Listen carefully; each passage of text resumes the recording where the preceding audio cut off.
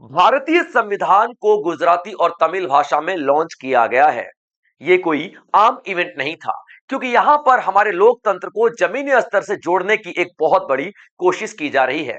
हमारा संविधान जब बनाया गया था तो केवल हिंदी और इंग्लिश में लॉन्च किया गया था। आप एक बार सोच के देखिए, आम आदमी को हमारे संविधान को समझने में कितनी मुसीबत, कितनी प्रॉब्लम्स आती होगी। जबकि सच तो यह है कि हमारा संविधान आम आदमी के लिए ही लिखा गया था, ताकि आम आदमी अपने कर्तव्य, अपने अधिकारों को समझ सके, उनकी रक्षा कर सके।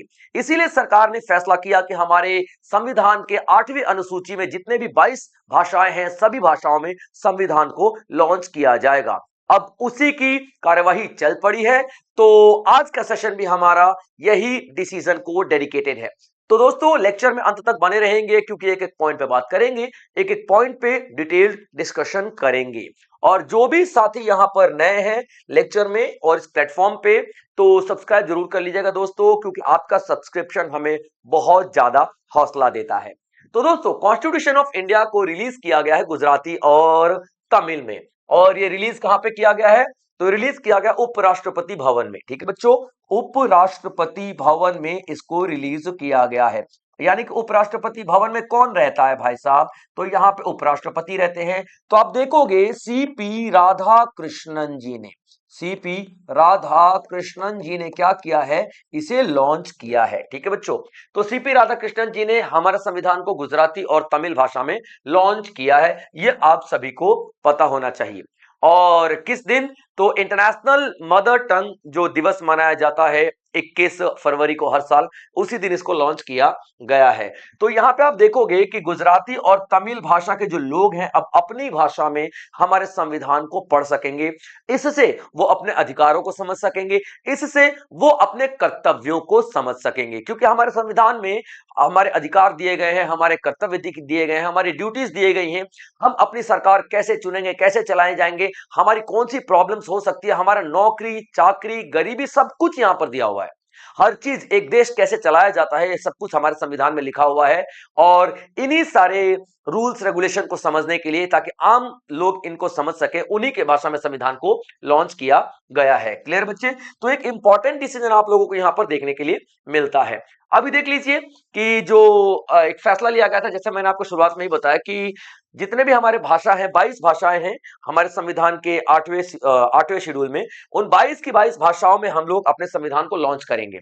तो आप देखोगे यहां पे कि नवंबर 2025 तक आते आते कितनी 9 भाषाओं में हमारा संविधान लॉन्च हो चुका था। 9 भाषाओं में हमारा संविधान लॉन्च कर चुके थे हम लोग। उसके बाद की आगे और प्रक्रिया चल रही है, और धीरे धीरे हम सारे सारे 22 भाषाओं में संविधान को लॉन्च कर देंगे। 9 भाषाएं जैसे कि मलयालम, मराठी, नेपाली, पंजाबी, बोडो, कश्मीरी, तेलुगु, उड़िया, असमी। अब देखिए, ये सारे जो क्षेत्रीय भाषाएं हैं, अब ये क्षेत्रीय भाषाएं होने की वजह से वहां के लोग अब हमारे संविधान को बहुत इजीली समझ सकेंगे, अपने कर्तव्यों को, अपने अधिकारों को इजीली अनुसरण कर सकेंगे। उसके बाद हम देखेंगे दिसंबर में एक और भाषा में संविधान लॉन्च किया गया, दैट इज संथाली भाषा। ठीक है बच्चों, दैट इज संथाली भाषा।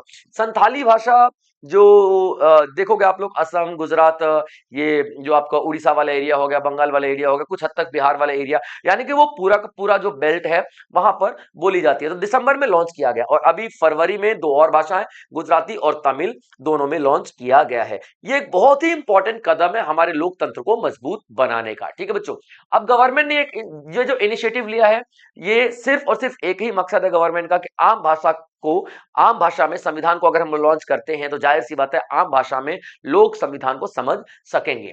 तो यहाँ पे 22 भाषाएं हैं और 8वें शेड्यूल में दिया गया है, और कहा गया है कि मार्च, यानी कि मार्च 2026 तक जाते जाते हम 22 की 22 भाषाओं में संविधान को लॉन्च कर देंगे। और यही हमारा पूरी की पूरी कोशिश रहेगी, और सरकार जैसा कि आप लोग देख रहे हो कर भी रही है। ठीक है बच्चों, कितने कितने खर्चे किए गए हैं आप लोग देखना, जैसे कि संस्कृत के ऊपर, ठीक है, उर्दू के ऊपर, संस्कृत के ऊपर 2532 करोड़, उर्दू के ऊपर 838 करोड़, और हिंदी के ऊपर 426 करोड़, तमिल के ऊपर 120 करोड़, सिंधी के ऊपर 54 करोड़, मतलब तमाम तरीके के आप लोगों को यहाँ पर दिखाई देंगी। और जो बाकी सारी लैंग्वेजेस है उसमें other than 15, less than 15 crore, 15 crore से भी कम का खर्चा आया हुआ है। ठीक है बच्चों, चलिए थोड़ा संविधान के बारे में जान लेते हैं, संविधान की भाषाओं के बारे में जान लेते हैं। जब हमारा संविधान बना था बच्चों, ठीक है, तो ओरिजिनल लैंग्वेज कौन सी थी? हिंदी और इंग्लिश आपको ओरिजिनल लैंग्वेज। और कैलीग्राफी, कैलीग्राफी का मतलब क्या होता है? हाथ से लिखी हुई हैंड रिटन जो संविधान था हमारा, हिंदी और इंग्लिश में ही लिखा हुआ था। हिंदी में प्रतिलिपि और एक इंग्लिश में प्रतिलिपि लिखी गई थी, और दोनों संविधानों को जितने भी हमारे मेंबर्स थे उन सब ने बैठ के सिग्नेचर किया था। और हमारा जो संविधान बनके तो तैयार हो गया था 26 नवंबर 1949 को, लेकिन हमने इसको लागू कब किया था? 1950 26 जनवरी को। ठीक है बच्चों, याद रखिएगा। तो आप देखो कि जितने भी सिग्नेचर्स है ना, वो किए गए थे हमारे 24 जनवरी 1950 को, सभी ने इसको अपनाया। याद रखना, 24 जनवरी को अपनाया गया, हमने लागू किया था 26 जनवरी को। हैंड रिटन जो काम किया गया था वो प्रेम बिहारी नारायण रायजादा जी ने किया था, हैंड रिटन। और इन्होंने इसके लिए 1 भी रुपए की फीस नहीं ली थी। इन्होंने साफ बोल दिया था कि देखिए सर, मैं फीस तो नहीं लूंगा, लेकिन हाँ, संविधान के हर एक पेज पे मेरा सिग्नेचर होना चाहिए, और संविधान के आखिरी पेज पे जो जो एक सिग्नेचर होगा वो मेरे दादाजी का नाम लिखा होना चाहिए। यानी कि मेरे दादाजी का नाम आखिरी पेज पे लिख देना और सभी पे मेरे सिग्नेचर करवा देना पेज पे। यही मेरा मेन, आप लोगों को एक फीस कह लो, कुछ भी कह लो। इन्होंने 1 भी रुपए नहीं लिया था, भारत की अवस्था को समझते हुए उस टाइम पे। ठीक है बच्चे, उसके बाद आप लोग देखेंगे यहाँ पे। ठीक है, चलिए, अच्छा ये तो हो गया आपका हैंड राइटिंग बता दी मैंने। एक और चीज, जो डिजाइन है ना भाई साहब, डिजाइन, ठीक है, डिजाइन जो दिखाई दे रहा है, ठीक है, डिजाइन, ये डिजाइन भी तो बनाया गया था ना। तो ये डिजाइन बनाया गया था नंदलाल बोस के द्वारा। ठीक है बच्चों, नंदलाल बोस के द्वारा और उनकी टीम के द्वारा ये डिजाइन बनाया गया था। तो हैंड रिटन, हाथ से लिखा गया था, आप लोग देखोगे प्रेम बिहारी नारायण रायजादा जी के द्वारा। और जो डिजाइन बनाया गया था, सारी जो डिजाइन संविधान के पेजेस पे दिया गया है, ये बनाया गया था नंदलाल बोस जी के द्वारा। अब हम लोग इंटरनेशनल डे मदर टंग के लिए क्यों मनाते हैं? देखिए 1952 में क्या हुआ था, जो हमारा जो बांग्लादेश है, पड़ोसी बांग्लादेश, जो उस टाइम पे पाकिस्तान का हिस्सा हुआ करता था, ईस्ट पाकिस्तान हुआ करता था। तो जो आज का जो बांग्लादेश है, 1952 में इन्होंने 1952 में एक डिमांड रखी कि भैया बंगाली, ठीक है, बंगाली भाषा को क्या बनाओ आप लोग, ठीक है, बंगाली भाषा को अधिकार, ऑफिशियल रिकॉग्निशन दो, यानी कि बंगाली भाषा इस क्षेत्र में चलना चाहिए, ऑफिशियली बंगाली भाषा को अपनाना चाहिए।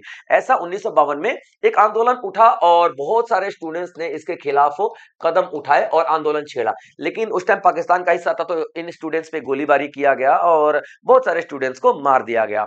तो उन्हीं की याद में यहाँ पे हम लोग क्या मनाते हैं? Mother tongue, mother language day मनाते हैं उन 21 फरवरी को, और 21 फरवरी का ही वो दिन था।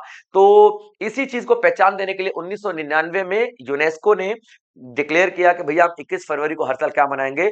इंटरनेशनल मदर लैंग्वेज डे के रूप में सेलिब्रेट करेंगे। क्लियर अपन बच्चों, याद रखना। तो ये बांग्लादेश ने इनिशिएट किया था, ये सब कुछ मैं आपको पहले ही बता चुका हूं। ठीक है बच्चे, ये बहुत ही इंपॉर्टेंट कदम उठाया जा रहा है बच्चों, बहुत ही ज्यादा।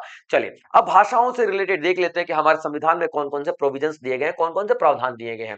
तो आर्टिकल 29 का जो सब क्लॉज ए बताता है कि protection of language, script and culture of the minority, यानी कि कोई भी अल्पसंख्यक है अपनी भाषा को बचाने के लिए, संरक्षण करने के लिए वो क्या कर सकता है? स्क्रिप्ट को बचाने के लिए और कल्चर को बचाने के लिए अपना कदम उठा सकता है। ये नहीं किसी को मार दो, मतलब जो बढ़ा सकते हो आप, अपना खुद का पैसा खर्चा करना चाहते हो करो ना, कोई दिक्कत नहीं। माने कि कोई आपको रोकेगा नहीं अपनी भाषा के प्रमोशन में, आप करो जितना प्रचार करना है, कोई दिक्कत नहीं, कोई भी नहीं रोकेगा। एंटी सोशल और एंटी नेशनल थोड़ी ना है, आप करो। ठीक है, आर्टिकल 30 का सब क्लॉज ए बताता है राइट टू माइनॉरिटीज, अधिकार देता है अल्पसंख्यकों को कि to establish and administer educational institute, यानी अपनी भाषा में आप चाहो तो उर्दू पढ़ाने के लिए, बंगाली पढ़ाने के लिए इंस्टीट्यूट भी स्टैब्लिश कर सकते हो, आपको कोई भी रोकेगा नहीं। ठीक है, तो आर्टिकल 30 ए बताता है। ठीक है, आर्टिकल 350 ए बताता है, इंस्ट्रक्शन दिया गया है, मदर टंग से रिलेटेड इंस्ट्रक्शन दिया गया है प्राइमरी स्टेज पे। ठीक है, यानी कि जो भी प्राइमरी स्कूल्स वगैरह है ना,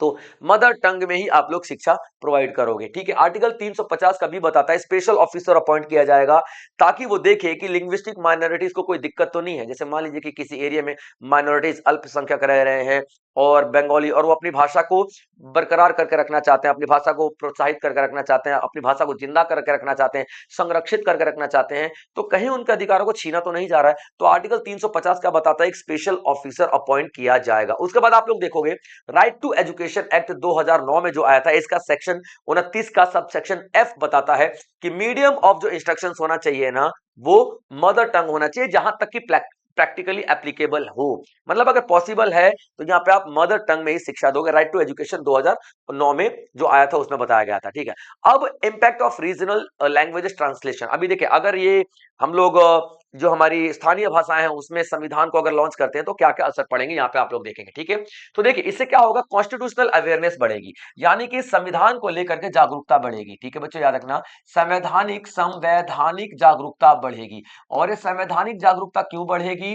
क्योंकि भाई अपनी अपनी भाषा में अगर हर कोई यहाँ पे संविधान को समझेगा पढ़ेगा तो जागरूकता अपने आप ही बढ़ेगी और ग्रास रूट लेवल पर यानी कि जमीनी स्तर पर डेवलपमेंट होगी। ठीक है बच्चों, उसके बाद आप देखोगे डेमोक्रेटिक एंगेजमेंट बढ़ेगी। डेमोक्रेटिक एंगेजमेंट का मतलब क्या होता है कि हर कोई इसमें अब हिस्सा ले पाएगा, हर कोई पढ़ा लिखा है तो हर कोई हिस्सा ले पाएगा, हर कोई संविधान को समझ रहा है तो हर कोई इलेक्शन में पार्टिसिपेट कर पाएगा, अपनी सरकार को चुनने से पहले सोच पाएगा, समझ पाएगा, अपने अधिकार अपने कर्तव्य अब उसको पता होंगे क्योंकि वो अब इस संविधान को समझ रहा है, क्योंकि लोकल लैंग्वेज में संविधान को लॉन्च किया गया है। ठीक है, उसके बाद आप देखोगे, ठीक है, इंक्लूसिव गवर्नेंस होगा, यानी कि बहुत सारे लोग मिलकर के अब सरकार में हिस्सा लेंगे, पार्टिसिपेट करेंगे, क्योंकि अब उनको, जैसे मैं बात करूं बोडो है ना, बोडो भाषा है तो बोडो भाषा बोलने वाले लोगों को अब बोडो में ही संविधान मिलेगा, तो वो बहुत ज्यादा अच्छे से समझ पाएंगे उस संविधान को, और यही यहाँ पे करने की कोशिश की जा रही है। ठीक है बच्चों, उसके बाद आप देखोगे कि यहाँ पे aligned with India's commitment to multilingualism in public life, यानी कि बहुत सारे जो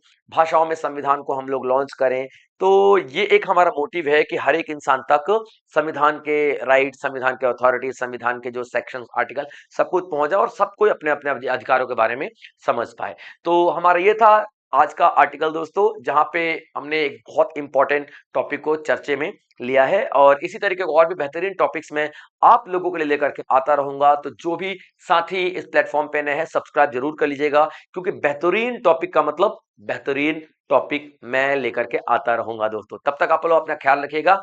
जय हिंद।